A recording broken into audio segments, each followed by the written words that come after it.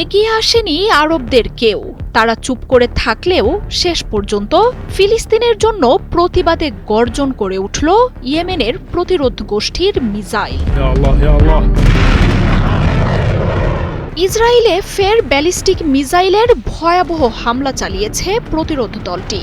গাজায় হামলার জবাবে নেতানিয়াহুর দেশটিকে ধ্বংস করার লক্ষ্যে চালানো এই হামলায় সাইরেনের শব্দে কেঁপে ওঠে গোটা ইসরায়েল।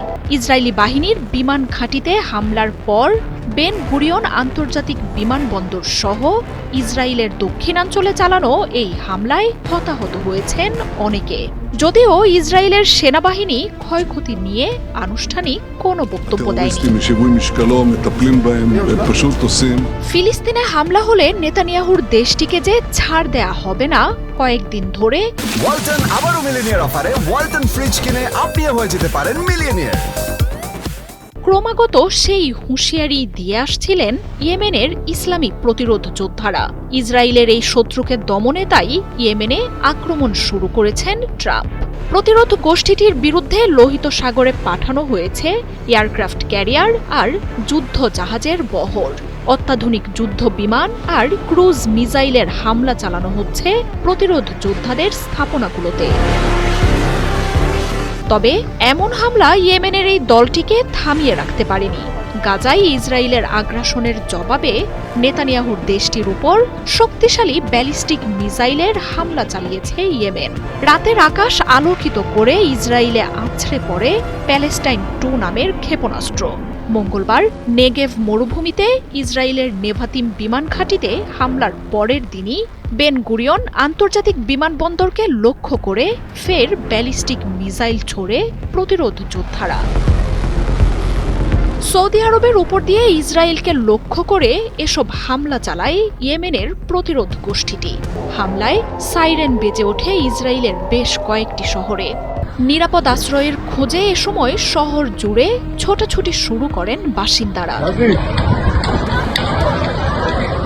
তবে হামলার ঘটনায় ক্ষয়ক্ষতির সব তথ্য কঠোরভাবে নিয়ন্ত্রণ করেছে নেতানিয়াহুর সরকার। ইয়েমেনের প্রতিরোধ গোষ্ঠীটি জানিয়েছে ফিলিস্তিনের পক্ষে তাদের এই আক্রমণ চলবে, এমনকি সামনের দিনগুলোতে হামলার মাত্রা আরও বাড়ানোর হুঁশিয়ারিও দিয়েছেন তারা।